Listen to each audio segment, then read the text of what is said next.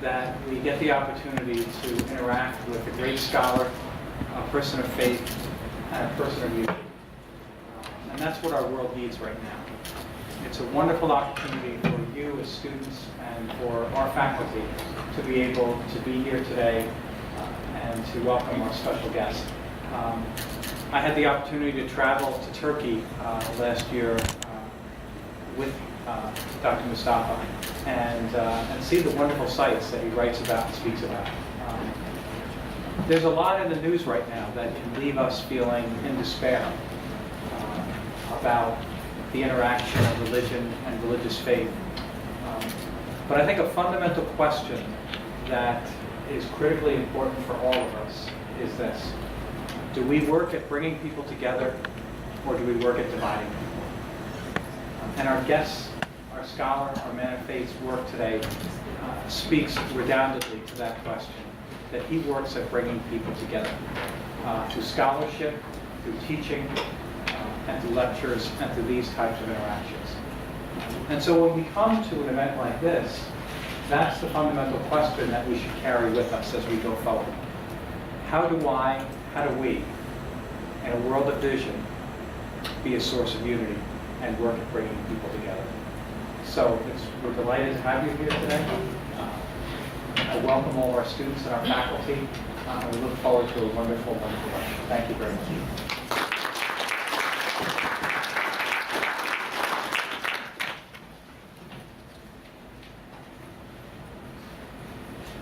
Thank you very much, Father. Before I introduce Dr. Saritoprak, just a couple of quick announcements. If you are with Dr. Ritz's class, there will be sign-up sheets on the way out at the end of the lecture. You can write your name on the sheet as you get out of the lecture.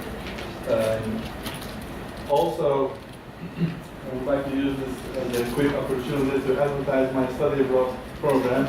We've been doing this for the last 3 years, and this summer we are going again in the middle of May. There are still a couple of seats available, so if you're interested, there will be flyers on the way out as well.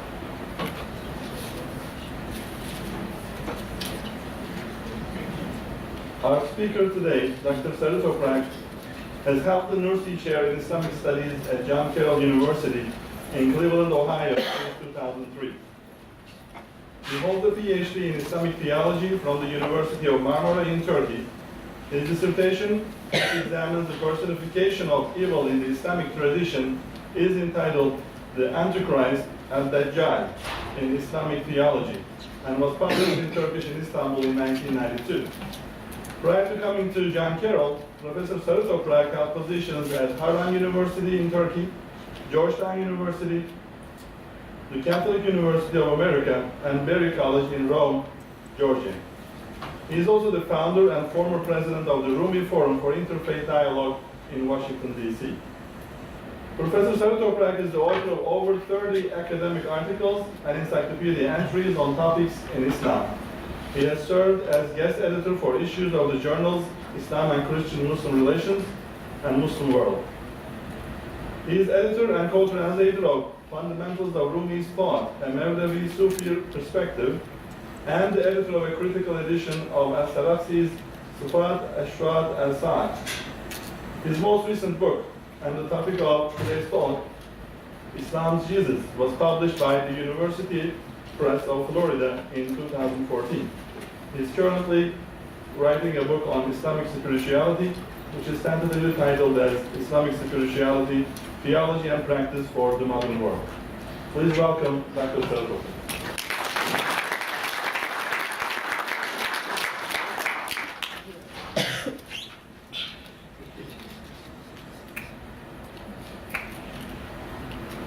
Good afternoon.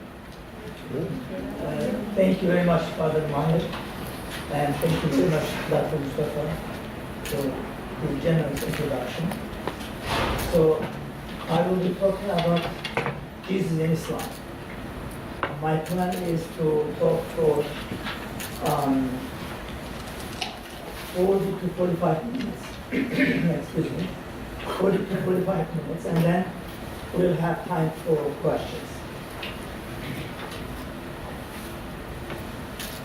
Now, I don't know if I know your level of knowledge about Jesus in the Islamic tradition. Assuming that there might be some Muslims, the one who submits himself to the will of God. So Jesus was a Muslim. With this regard, Moses was a Muslim. Abraham was a Muslim.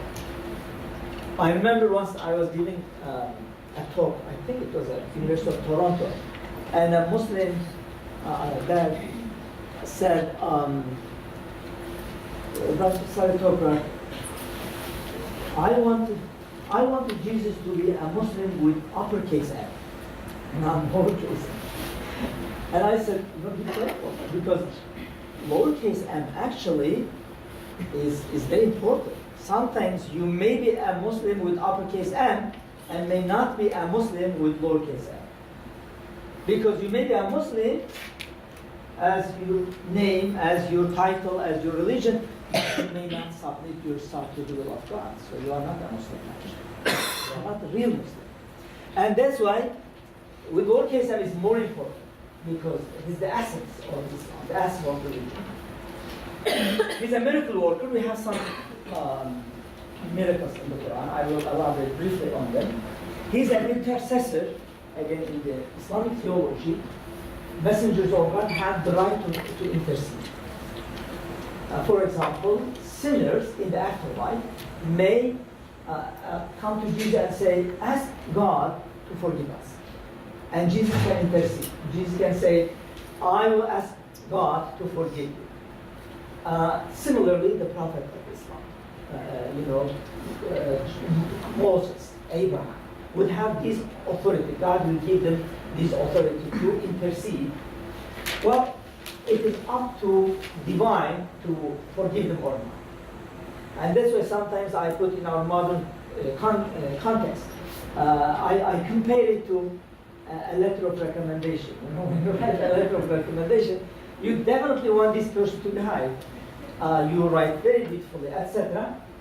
Well, generally, in this case, in our case, God will not reject the request of His beloved.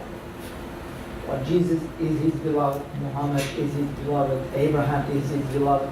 So when they ask God to forgive someone, God will forgive, because they are so much beloved by God. So this, like major things that we have about Jesus, in the primary Islamic sources, in the Quran and in the Hadith. The Quran, you know the Quran, right? I know you are familiar with this. How about Hadith? What is Hadith? Hadith, I understand students are in the learning time. This is time of learning, so we are learning. That's very important. Hadith means, it's a term used for the sayings of Prophet Muhammad. It's a title used for the sayings of Prophet Muhammad. So Jesus is mentioned both in the Quran and in the Hadith as well, in both traditions. And Hadith is the second most important source of Islam. Jesus mentioned more than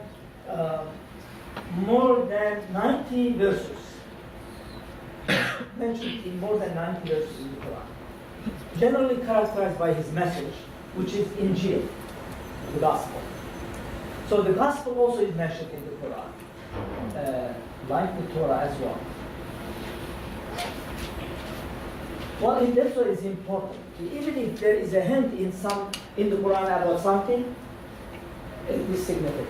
How about to be mentioned 90 times? So it is really, really, very, very important in Islam. Jesus is very important in Islam.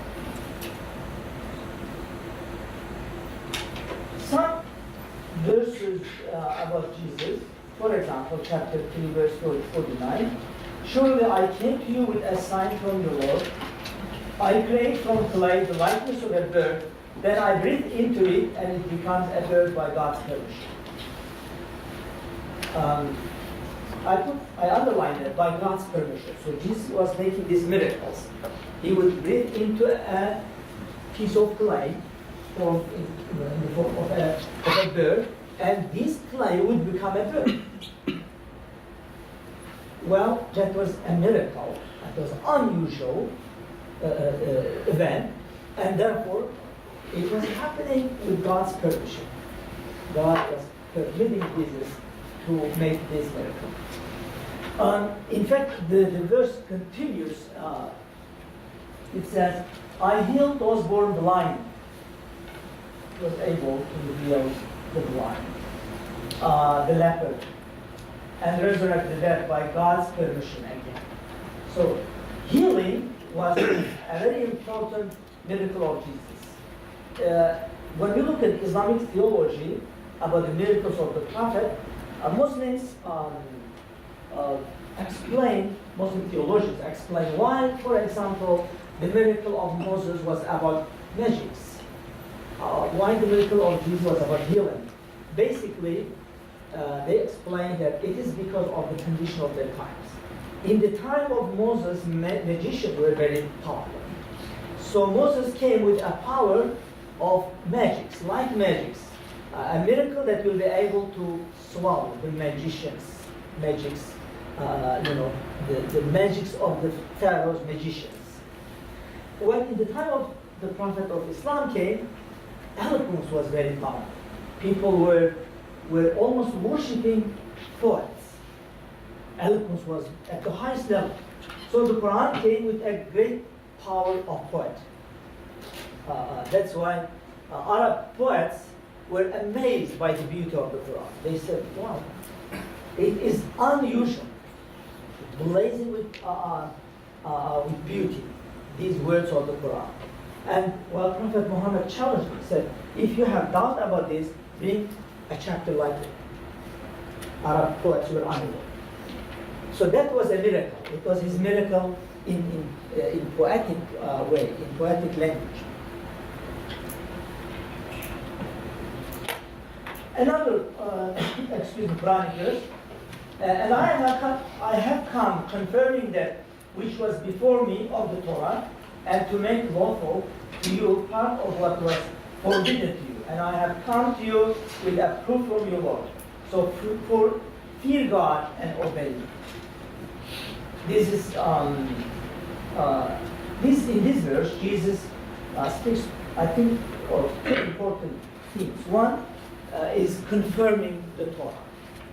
Was not rejecting the Torah, but confirming the Torah. So the Torah is essential, which is very important principle in Islam, to believe in the Torah and to believe in the Gospel.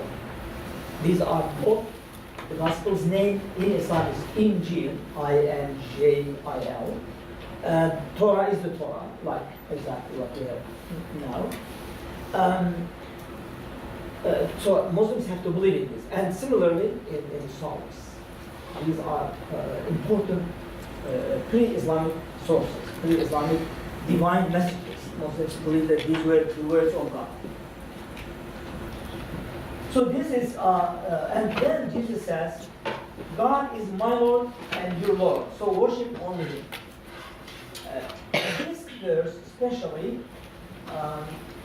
well, it is a clear Islamic principle. It's a very powerful, essential Islamic principle that worship to be preferred only to God. And that's why Jesus says, worship to God. Worship only to God. It is a Quranic verse. So, for example, Muslims are not allowed to worship Muhammad. They are not allowed to worship Jesus. They are not allowed to worship angels either. We love Angel Gabriel. We love all angels. We love messengers of God. As I said, they are the highest of humanity. But still, they are not to be worshipped. They are worshippers of God, not to be worshipped. And they are the highest worshippers of God, but that's a very essential principle in Islam, to worship only one God. And in this Quranic verse, Jesus expressed that.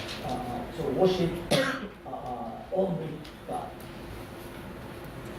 Again, in this verse, Jesus is mentioned as again, confirming the Torah, but also in the footsteps of earlier prophets. So Jesus was not an isolated case. Before him, similarly, many messengers of God came. That's why the verse says, and in their footsteps we sent. They means actually Abraham, Isaac, Jacob, Ishmael, David, Solomon, all these messengers that mentioned in the Quran. We have many of them. About 28 prophets of God are mentioned by name in the Quran. Most of them are biblical. The verse says, we sent in their footsteps. We, of course, we is God. Sometimes in the Quran, the pronoun we is used to indicate royalty, kingdom. God speaks as the king of heaven and earth. So kings use we instead of I sometimes. And that's why in Quranic language, we is used for God. We sent Jesus, son of Mary, confirming the Torah that had come before him, and we gave him the gospel, in which was guidance and light, and confirmation of the Torah that had come before him. A guidance and an admonition for them. So the Torah also a guidance and admonition. The gospel, there is guidance and light in the Quran says. In the gospel there is guidance and light. Okay, in this verse Jesus asks for help. He says, who are going to be my helpers? Well, the Quran praises the disciples of Jesus, and they say, we are the helpers in God's cause. So the disciples of Jesus are responding very positively. And the Quran says, all who you believe, be God's helpers, like the disciples of Jesus. As they became helpers of Jesus in God's cause, so you also be helpers of Muhammad in God's cause. The Quran asks Muslims with this regard to imitate the disciples of Jesus. Now, I'd like to move to another aspect of the subject, which actually makes a large chapter in the book. The descent of Jesus. Now, you remember we said the Muslims believe in the second coming of Jesus? Generally, we said yes, that's the meaning of it. The Muslims, by the way, do not use the second coming. They use the descent. Descent coming from heaven to earth to bring justice. In the Christian tradition, there is a concept of the descent of Jesus from heaven to hell, to check the situation of people of hell. This has nothing to do with that. This is very eschatological. This one is very eschatological. It is Jesus is coming to bring justice on earth. That's his mission, his role. I would say I found more than maybe 100 books written on this subject because it is so popular in the Muslim tradition, in the popular culture, but also intellectually and in theology as well. Some scholars dedicated books to this subject, to this aspect of Jesus. So I tried to categorize all of them in my research. And I found these three major approaches to be perhaps the major ones among all general approaches about the descent of Jesus. The first one I call it the modernist approach.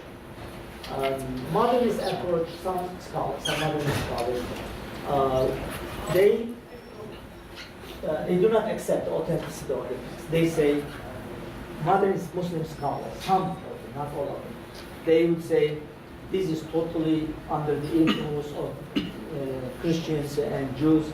Muslims do not believe in the coming of Jesus. A person who died 2,000 years ago cannot come back. What is the percentage of this group? I would say about 3%. It's not a very large group. Modernist, and perhaps influenced by modern philosophy, Western philosophy as well. The second group, I would say, these will make the majority. They look at the subject literally. They say Jesus will come from the sky, directly. I remember once I asked one of them, and I said, during our conversation, so you believe that Jesus will come from sky, and CNN, ABC, all these televisions will go and have interview with him? And he said, absolutely yes. So that's what they look at. I don't know, maybe, I was in Washington area in the year 2000, and I remember I was visiting White House area, and a person who was holding a sign saying, Mr. President, it's the millennium, Jesus is coming. And he was just showing this sign to people around the White House. So President should be prepared for the coming of Jesus. Well, similarly, some Muslims were, in the same way, have been waiting that Jesus will come, literally from sky. With parachute, how? They have certain ways, they say literally he will come. Now, my favorite approach, I would say, the interpretive approach. Interpretive approach accepts the descent of Jesus, but they say, yes, there are many sayings of the Prophet about this. It is true that the Prophet said that he will come, but it shouldn't be taken literally. It should be taken allegorically. And I will elaborate on this allegorical approach further. Some hints in the Quran. As I mentioned, there are many verses in the Quran, but there is no direct reference that the Quran says Jesus definitely will come back. Will come. There is no direct reference in the Quran. That's why I call hints. There are some hints. So these hints, for example, one verse says, Jesus will speak to humanity from his cradle and in manhood. What from his cradle? Muslim commentators will say he spoke from his cradle. According to the Quranic narrative, when Mary gave birth to Jesus, she took baby Jesus to her people. And they said, Mary, you are not married and now you have a baby. Where did you get this baby? Of course, accusing her of committing adultery. Mary was inspired by God not to speak, to remain silent. This is interestingly detailed in the Quran, in chapter 19 of the Quran, chapter named after Mary. Mary says, as if she says, she points at the baby, as if she says, don't ask me, ask the baby. Well, according to the Quranic narrative, the baby spoke. Baby Jesus spoke when he was 2 days old, 3 days old. There are some narratives like that, 2 or 3 days old. He spoke and very clearly he said, I am the servant of God. I will be the messenger of God to this community. God will make me his prophet. God will empower me with the message, the gospel. He will advise me of giving charity and praying. He will make me obedient to my mother, Mary, specifically. So Jesus spoke, and that was it.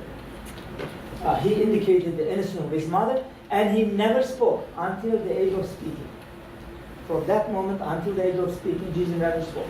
So the Quran says it was a miracle of Jesus. Miraculously, he was able to speak. I asked one of my Christian colleagues if this miracle of Jesus mentioned in the canonical Gospels. He said no, it's not in canonical Gospels.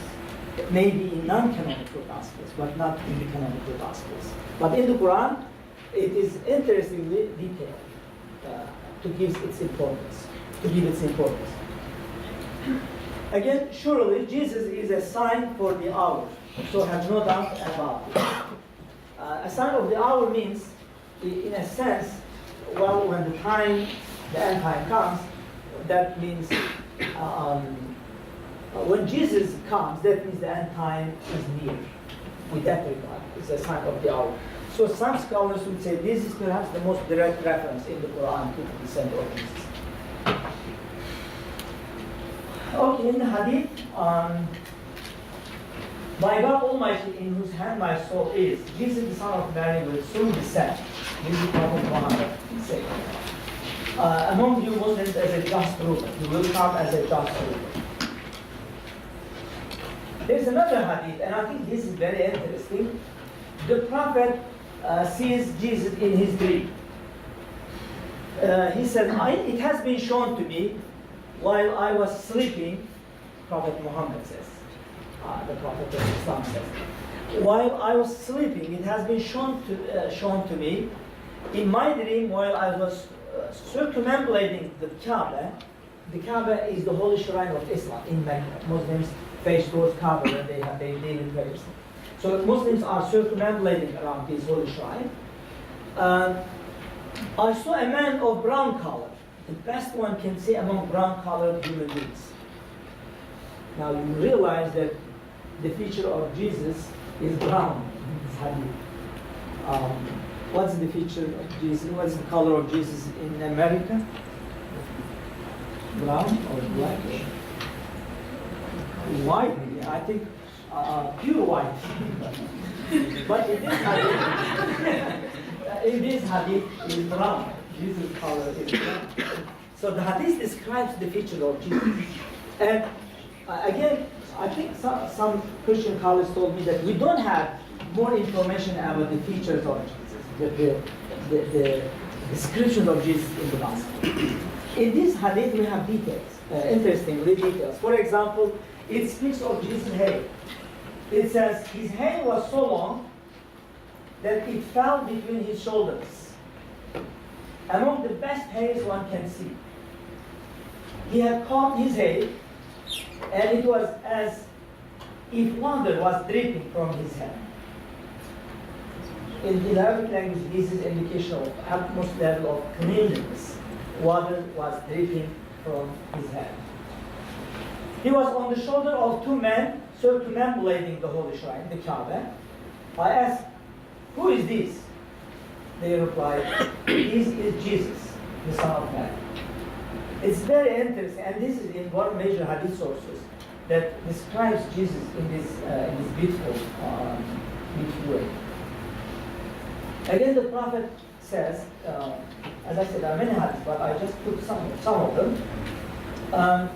On Jesus and the Islamic community, surely Jesus the Messiah will find some people from among my community as his helpers. So the community of Islam, some people from the community of Islam will be the helpers of Jesus, the Prophet says, towards the end of time. You realize that because the Prophet says for Jesus, my brother Jesus, you don't see jealousy. You know, okay, my followers are helping Jesus, are the helpers of Jesus. On the contrary, the Prophet gives this as a good news. As a good news. The followers of the religion of Islam will be the helpers of Jesus, as the Prophet says here. And again, interestingly, the narrator says, the Prophet repeated 3 times, saying that those helpers are like you or even better than you, addressing his own companions. They are like you, addressing his companions, or even better than you. And the hadith continues, God will not disgrace a community of which I am the beginning and Jesus the end. So the community of Islam, Jesus is the end, Muhammad is the beginning, and therefore God will not disgrace such a community. So the Prophet gives this a good news to Muslims, that even there will be some difficulties, some difficult times, but because I am the beginning and Jesus the end, there will be no such disgrace. So God will not disgrace such a community. In Sufi literature, we have, in the book actually I elaborated, so I would say read the book, you know. I will skip this part, because I spent 6 years on the book, so I think it deserves reading. And also it's not too difficult, it's easy reading one.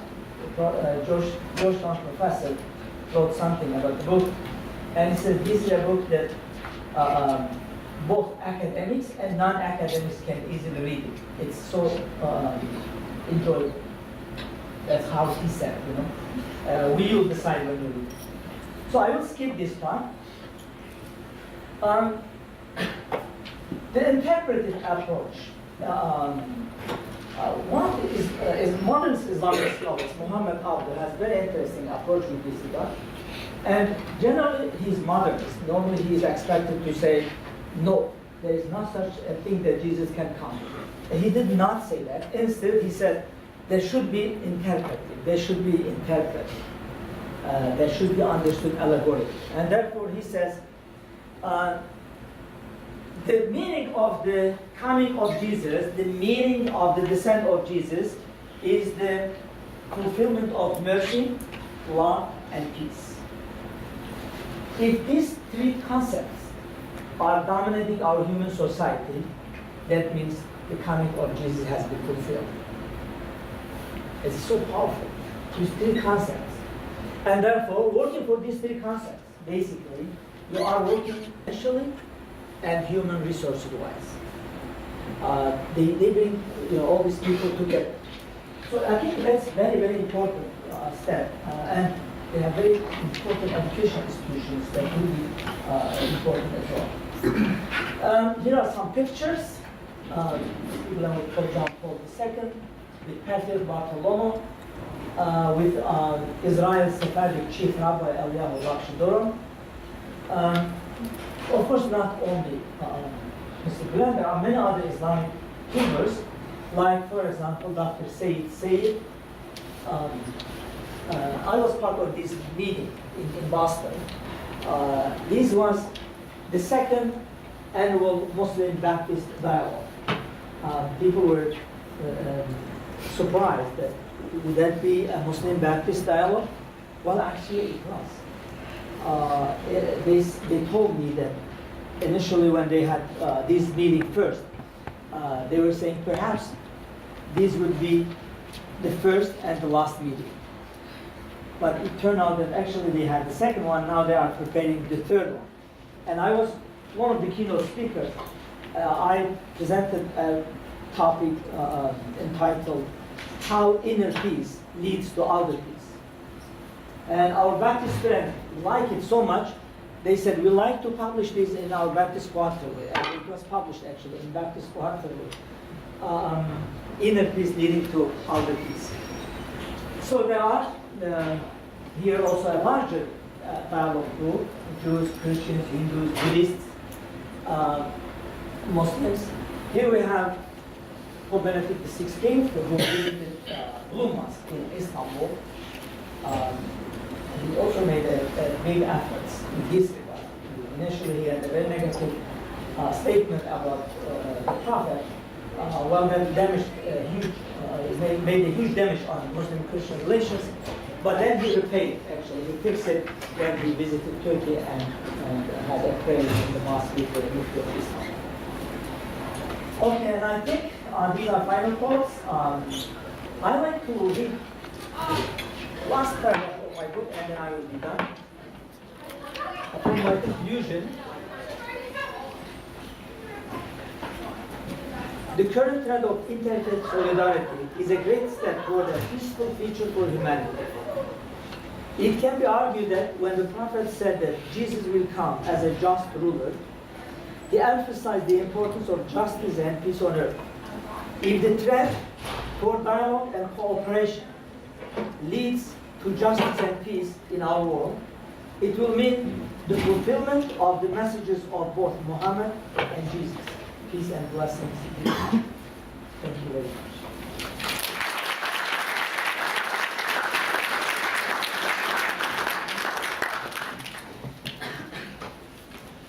Thank you very much, Dr. Saritoprak. Now I think we have a few more minutes for questions. Any question? Feel free to ask any question.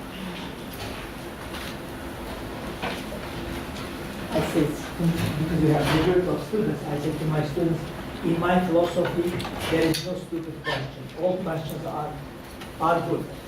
Because any question will lead to another question, that's good, you know. So don't worry. If you have any question, anything that you don't understand, you can elaborate on that. Yes, please. There's been a lot of talk between, I guess, Christian and Islamic scholars about Jesus being the same person in both religions. It kind of sounds like you're saying something, but I guess I don't think if you agree with that or disagree. Jesus is the same person in Christianity and Islam. I mean the same. You are right, the same. There are some differences. I do not elaborate on many differences. In the book I have some elaboration on that. Like one thing would be the difference. Jesus, Muslims do not accept Jesus as the Son of God. They say Jesus is the messenger of God. He is representative of God, but not the Son of God. Because to relate sonship to God would be, in the Islamic tradition, would be not appropriate. God is not like a human being. He's not a father. Well, you know, allegorically, if you say allegorically, it could be reconciliation. I remember once I said, you know, what do you understand from Jesus as the Son of God? Well, one of my students said, well, physically he is the Son of God. And other students said, well, not physically, but as a representative of God, allegorically. And I said, well, if you say allegorically, it will be closer to Islam. Muslims will understand that better. Yeah, that's a good question. There are several other differences. Any other question? There's one here. Yes, please. Hi, just for clarification, you mentioned the idea of the descent of Jesus and the interpretive approach. You said that they accept it, but in a different way. In what different way? A different way means that they say, because the prophet said he will be coming, they would say, don't expect a person coming from the sky. Okay. Instead, the fulfillment of his message. What is the fulfillment of his message? His message is based on peace, mercy, and love. If these are fulfilled in the society, that means Jesus is actually coming. Jesus is there, already is there. If you fulfill this, so you are a part of this this trend of Jesus, the fulfillment of the message of Jesus. So that's why they would say there is no need to wait for a person coming from the sky. And that's why they do not deny it. They do not say, well, the hadiths are all fabricated, they are not real, they are not reliable. They say there are hadiths, but we should understand the sayings of the Prophet in an allegorical way. Does that make sense? Yes. Thank you. In fact, we have a story about allegorical saying of the Prophet. On one occasion, Prophet's wife, Aisha, asked him, saying, which of us will meet you first in the afterlife? That is to say, which of us will die after you first? And the Prophet said, the one whose hands are the longest. Aisha narrates, and Aisha says, we started measuring our hands. Whose hands are the longest? To figure out. After the death of the Prophet, among us, the one whose hand was the smallest passed away first. Then we understood that the Prophet meant by the one whose hands longest, the Prophet meant the one who gives charity the most. Because in Arabic language, when you say someone's hand is long, it means he gives charity more. He has long hand, that means he gives more charity. So Arabic language is very open to allegorical interpretations.